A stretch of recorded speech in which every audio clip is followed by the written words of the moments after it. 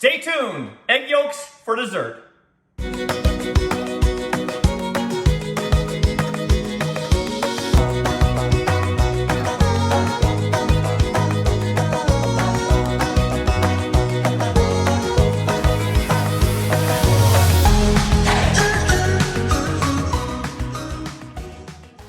Hey, Chef Dez coming at you again. And yeah, we're going to have egg yolks for dessert. I mean, a couple other ingredients, but we're going to make a classic Italian Zabaglione. There's many different ways of pronouncing it. I like the Italian version. It sounds very romantic, Zabaglione. I'm going to make you some Zabaglione for dessert.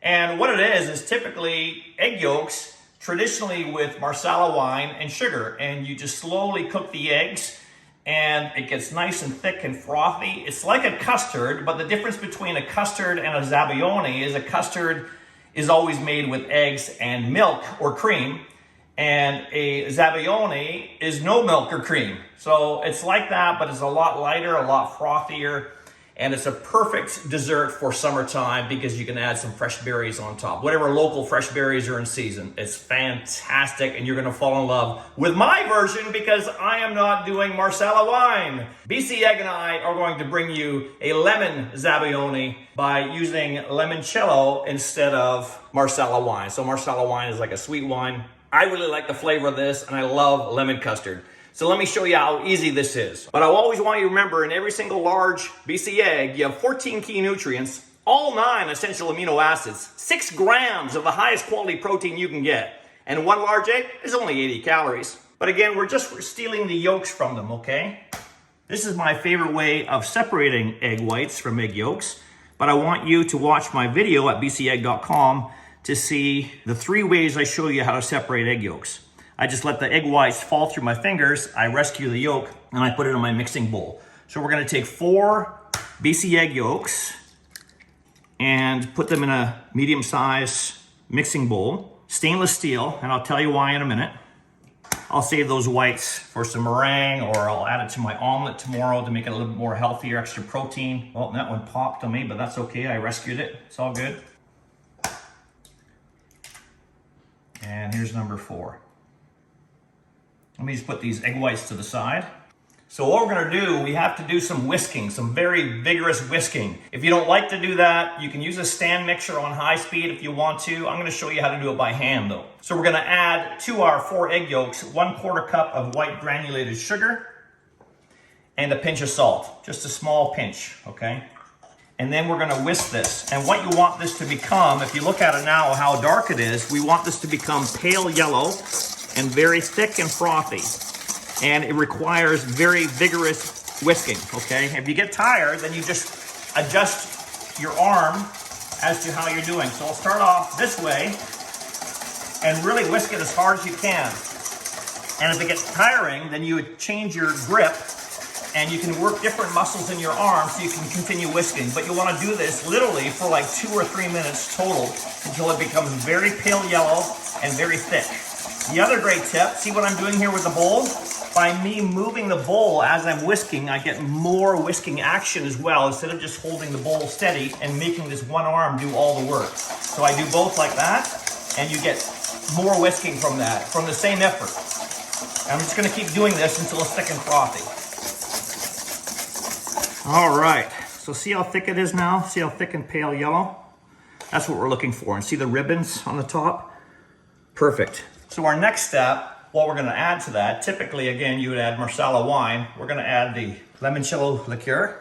And just to give that little brightness that it needs, a tablespoon of freshly squeezed lemon juice. But that's added a lot of liquid now to our mixture, you can see that. So again, you gotta whisk vigorously just to get that into a homogenized mixture. Now it's gonna lose its thickness. You can see that, how it compares to where it was before when it was really thick and frothy. But that's okay, it's supposed to. You just added all that liquid. So just bring it together. Then we're gonna head over to the stovetop. So we need to do this over simmering water. Bring your water to a boil first, then reduce it down to a simmer. That way, you know the water's gonna be nice and hot. By doing it over a simmer, we wanna make sure that our stainless steel bowl doesn't touch the water. This is called a bain-marie, and how you cook things very, very slowly, or warm things very, very slowly, like if you're melting chocolate, for example. There's some videos online that will tell you that the bowl has to touch the water. That's completely incorrect. It's supposed to be an indirect heat source, so just the steam from the water below. So all I have in there is about 1 inch or 2 of water, and I've brought it to a boil, and I just have it now at the simmering point where there's just the odd little bubble coming in there. And then over that simmering water, we're going to cook this mixture. So we want to cook the egg yolks, and we want to make this nice and thick and frothy. Right now, it's not the consistency of a dessert that I would want to eat, so we got to get it there, and how we're going to do that is slowly cook the egg yolks. If the heat was too high, or if it was a direct heat source, you run a big risk of you scrambling those eggs in there. You're going to have these little scrambled egg bits all the way throughout. You don't want to do that. So nice and slow, indirect heat, simmering water, and you keep whisking until that mixture becomes very thick. Again, it's going to be thicker than it even was before, and it's going to hold a really nice ribbon in there.